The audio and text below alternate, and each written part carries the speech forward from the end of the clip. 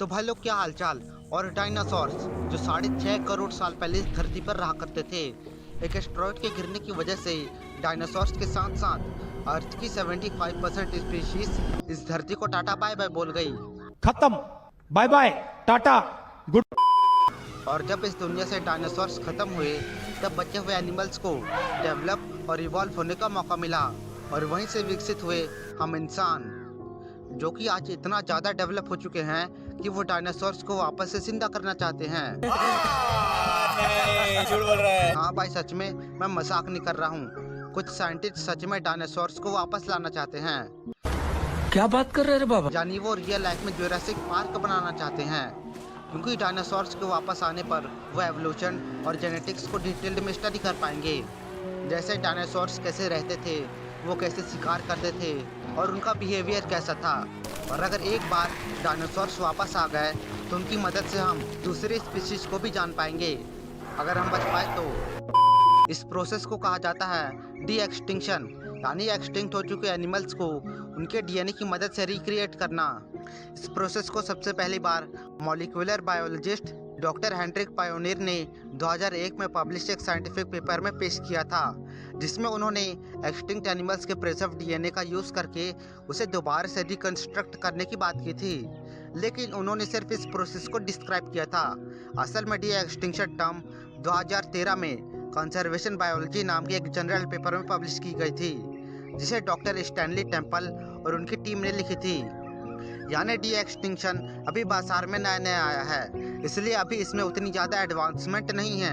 अब D extinction करने के भी कुछ मेथड्स होते हैं, जैसे क्लोनिंग। इस मेथड में एक्सटिंक्ट एनिमल्स के फॉसिल्स में से डीएनए को लिया जाता है, जैसे हेयर, बोन या टिश्यू, जिसका यूज़ करके उस एनिमल का क्लोन बनाया जाता है। और फिर इस क्लोन्ड एम्ब्रियो को जन्म देने के लिए उसके किसी पास की प्रजाति की सर्वोगेट मदर में उस एम्ब्रियो को इम्प्लांट किया जाता है। इसके अलावा और भी मेथड्स हैं, जैसे जेनेटिक इंजीनियरिंग, हाइब्रिडाइजेशन और जीनोम एडिटिंग। लेकिन किसी भी मेथड को परफॉर्म करने के लिए एक चीज़ बेहद ज़रूरी है, वो है डीएनए, यानी दांत, नाक, आँख। लेकिन डायनासोर्स के फॉसिल्स में से डीएनए को निकालना मुश्किल ही नहीं, नामुमकिन है, क्योंकि हम 1 या 2 मिलियन ईयर्स पहले की बात नहीं कर रहे हैं। हम बात कर रहे हैं 66 मिलियन ईयर्स पहले की, जब इस धरती से आखिरी डायनासोर भी खत्म हो चुका था। और एक रिसर्च स्टडी में ये पता चला है कि 7 मिलियन ईयर्स तक डीएनए के मॉलिक्यूल्स पूरी तरह से डिसइंटीग्रेट हो जाते हैं। यानी डायनासोर्स के फॉसिल्स में से डीएनए को निकालना आई इम्पॉसिबल है। तो क्या इसका मतलब हमारा जुरासिक पार्क घूमने का सपना चौधरी ही रह जाएगा? वेल, शायद ये सच हो सकता है। आपने जुरासिक पार्क मूवी में देखा होगा कैसे कुछ लोग एम्बर में जमे इस मॉस्किटो में से डायनासोर के डीएनए को कैसे चूस चूस के बाहर निकालते हैं। दरअसल प्राचीन समय में बहुत बड़े बड़े पेड़ हुआ करते थे, जिनमें से रेसिन नाम का एक केमिकल निकलता था, जो कि गोंद जैसा चिपचिपा होता था। अब जो भी कीड़े मकोड़े उसमें गिरते वो उसी में फंसे रह जाते थे। अब कई बार ऐसा होता था कि हाई टेम्परेचर और हाई प्रेशर की वजह से रेसिन एम्बर बन जाता था और धरती के नीचे दब जाता था।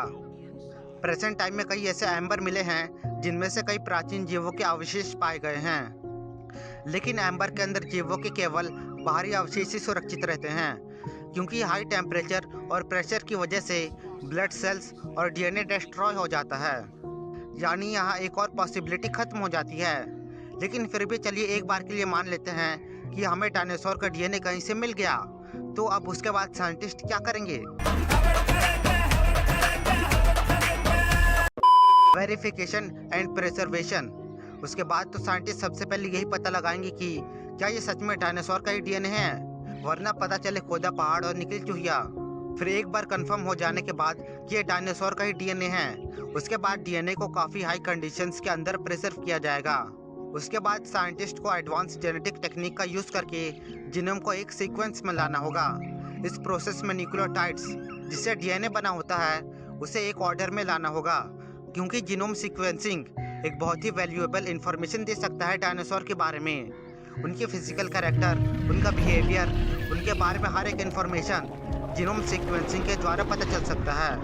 उसके बाद साइंटिस्ट डायनासोर के डीएनए को दूसरे एनिमल के डीएनए के साथ कंपेयर करेंगे, जैसे बर्ड्स और रेप्टाइल्स, जो डायनासोर्स के सबसे क्लोज रिलेटिव माने जाते हैं। इससे इनके बीच की सिमिलैरिटीज और डिफरेंस पता चलेगा।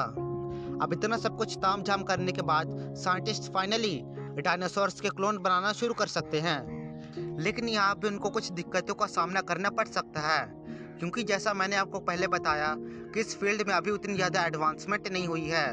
इसलिए हो सकता है साइंटिस्ट कई बार फेल हो जाएं, उन्हें कई बार निराशा हाथ लगे। और इसकी सबसे बड़ी वजह यह है कि अभी हमारी टेक्नोलॉजी उतनी ज़्यादा एडवांस नहीं है। हमें अभी और भी ज़्यादा डेवलपमेंट की ज़रूरत है। मे बी 2050 तक हमें रियल लाइफ में जुरासिक पार्क घूमने का मौका मिल सकता है। तब हमारी टेक्नोलॉजी एडवांस हो चुकी होगी। लेकिन असली दिक्कत टेक्नोलॉजी नहीं है, बल्कि डीएनए है। इसलिए अभी के लिए ये लगभग इम्पॉसिबल है। तो आपको क्या लगता है, क्या डायनासोर्स को वापस से डी एक्सटिंक्ट करना चाहिए या फिर नहीं? कमेंट करके ज़रूर से बताएं। मैं मिलता हूँ आपसे अगली वीडियो में, तब तक के लिए जय हिंद।